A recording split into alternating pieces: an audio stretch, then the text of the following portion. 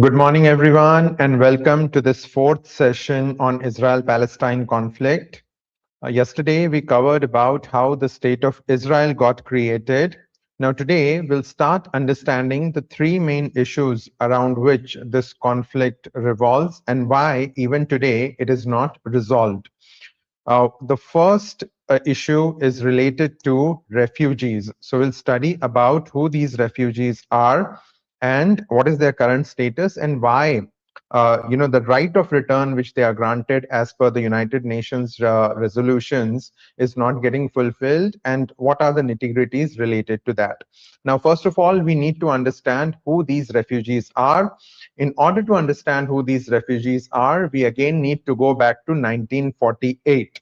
We need to understand about how, even though the UN partition plan gave 56% of historic Palestine's land to the Jewish communities, how they ended up getting control of nearly 78% of the land. On March 10 of 1948, the Jewish paramilitaries like Haganah, Palmach, then Irgun and Stern Gang, they formalized a plan called Operation Dalit. It is also known as Plan D in history. Under this plan, they wanted to take control of the territory which they were going to get as part of the UN partition plan, but they also wanted to ensure safety and control of the Jewish settlements, Jewish neighborhoods, which were outside those territories. And how this plan ended up getting executed remains one of the darkest chapters in the history of Israel-Palestine conflict. These Jewish paramilitaries, what they ended up doing is they ended up going to Arab villages, Arab towns, and they were very well armed, well organized, the Jewish paramilitaries. So they ended up taking young men, few young men they used to take them to the village square of the town square or the town square, kill them at point blank range so that the other Arabs will get terrorized and they will just leave that whole town and village and will disappear from there. And that is how they wanted that the state of Israel should be completely rid of all its Arab inhabitants. So it was ethnic cleansing that was carried out by these Jewish paramilitaries.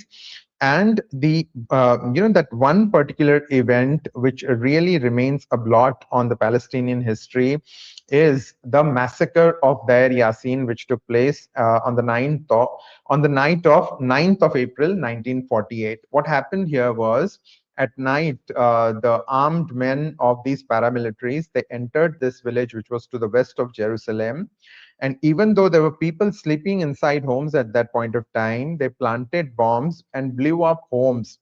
And nearly 120 people died inside their homes. This event is known as Massacre of Deir Yassin. This village hardly had a population of around 700 at that point of time.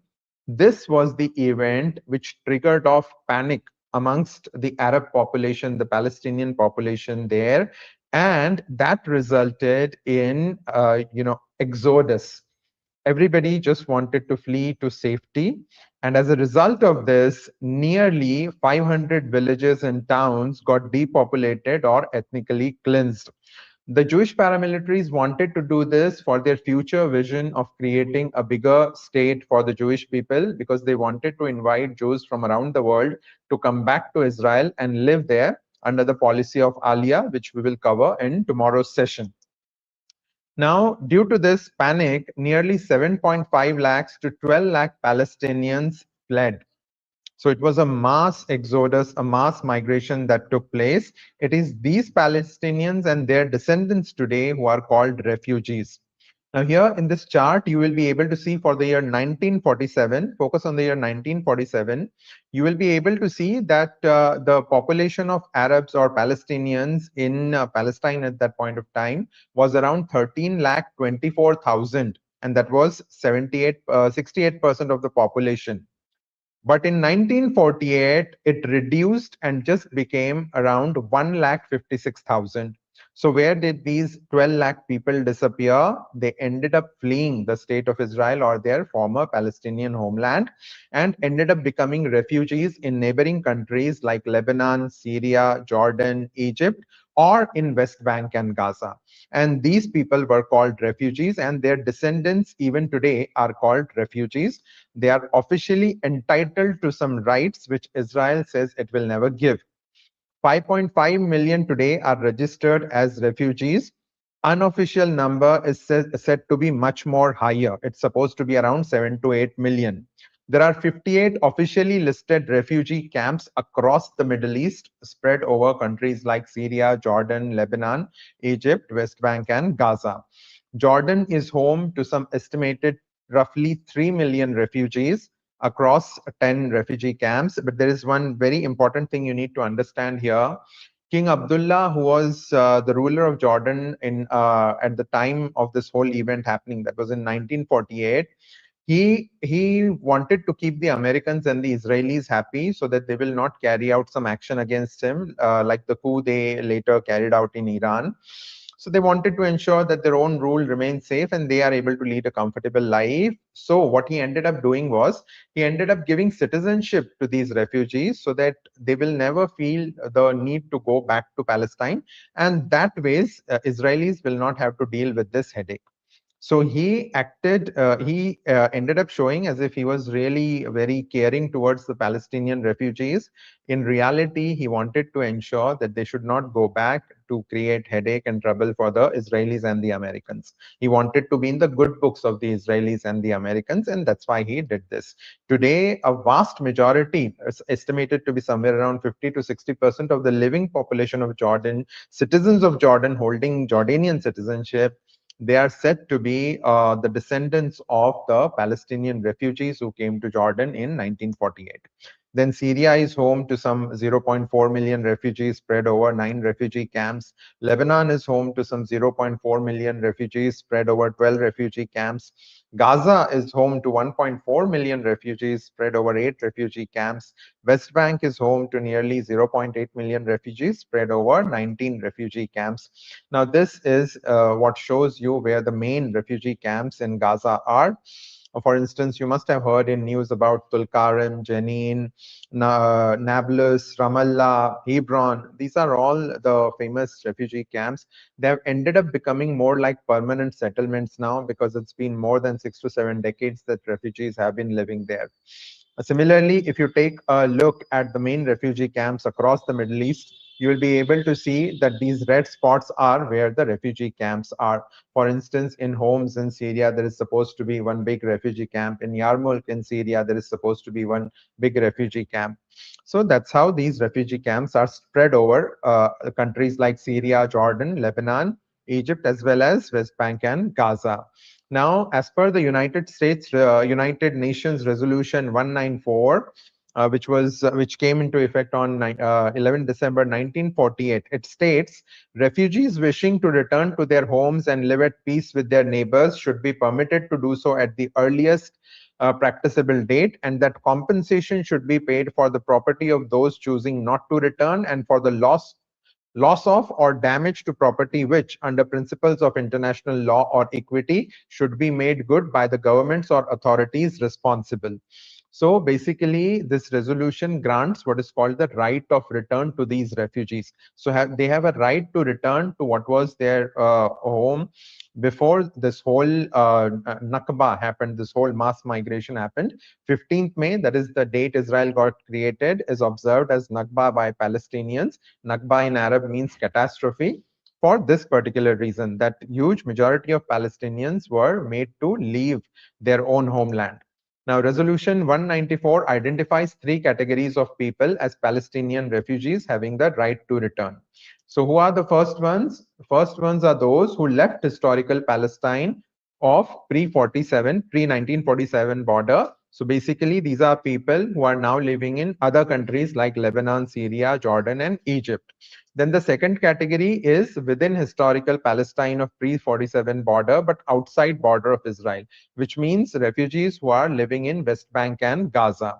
And the third is internally displaced within Israel. After its creation in 1948, Israel forcibly displaced many Arab communities from one place to other within Israel. So even these are considered refugees as per this United Nations resolution. and they are entitled to return to their original home, which was there before Israel got created. Israel has always denied the right to return, saying it will undermine demographics of Israel as a Jewish state. Ben-Gurion, the first prime minister of Israel, was ready to accommodate 1 lakh refugees as a goodwill gesture, but not more. And he had famously said that the old will die and young will simply forget. So we don't need to allow these people to come back. The old will die and the young one will simply forget, and then we will live in Israel peacefully and will enjoy our life. Golda Meir was the prime minister between 1969 to 1974. She had famously said, she was the first lady prime minister of Israel, that there was no such thing as Palestinians. Just think about it. She was saying there was no such thing as Palestinians. Now, this home, which you are able to see, constructed in Jerusalem in 1926 by an Arab named Hana Bisharat, he had built this in the Talbia neighborhood of Jerusalem in 1926. This picture of him and his family was taken in 1929. Now, Golda Meir, the PM of Israel, lived in this house after this family fled during the Nakba, during that mass exodus. And still in 1969, she had said that there was no such thing as Palestinians. President Trump has cut aid to United Nations Relief and Works Agency for Palestinian Refugees, which is the main agency which takes care of these refugees and takes care of their important day-to-day requirements, to pressurize Palestinians into giving up right of return demand. PM Netanyahu has always clearly stated that right to return will not be a part of final solution. So we are not going to allow these refugees to come back, even though it was their home. Successive Israeli governments, mostly favoring international compensation fund of around 10 to 20 billion dollars. That at the most we can give you 10 to 20 billion dollars package, and you can do what you want with it. Israeli governments favor settling Palestinians where they are currently and want to compensate with a lump sum amount, whereas Palestinians want an option of case-by-case basis, to which the Israelis don't agree. Hence, this is a deadlock kind of a situation. So you need to understand here, Israel is a state where most of its inhabitants are not really the native indigenous people. They are the people whose fathers and forefathers lived somewhere in Europe and are buried somewhere in Europe or in some other part of the world. Whereas the native indigenous people of that land, the original inhabitants, they are living as refugees in other countries and in other parts of Middle East like West Bank and Gaza. So this is the first issue which is not getting addressed. The Israelis are not agreeing to the demands of the Palestinians. The Palestinians are not agreeing to what the Israelis are offering. And that's why this issue is stuck. Tomorrow, we will cover the second issue around which this whole conflict revolves, why it is not getting resolved peacefully. I hope you found this video informative. Please like it, share it with all your friends who are preparing for SSB or any other government job interview. It will help them a lot. Encourage all your friends who are preparing for SSB to subscribe to our channel. We have a very interesting series of videos on Indian Army and Air Force coming up from next week. They'll benefit a lot from it, especially for their personal interview. Tomorrow, we'll cover the second issue. And if you have not watched the videos we have uploaded in the Psychology Foundation course playlist, please go to that playlist and watch the videos there. It will really help you improve a lot in terms of TAT, VAT, and SRT. You can even watch the videos we have uploaded and we are about to upload in the personal interview playlist. It will help you a lot in preparing for personal interview. So I will end today's video here. I'll see you tomorrow at 11 a.m. Till then, please take very good care of yourself and enjoy the rest of your day. Bye-bye.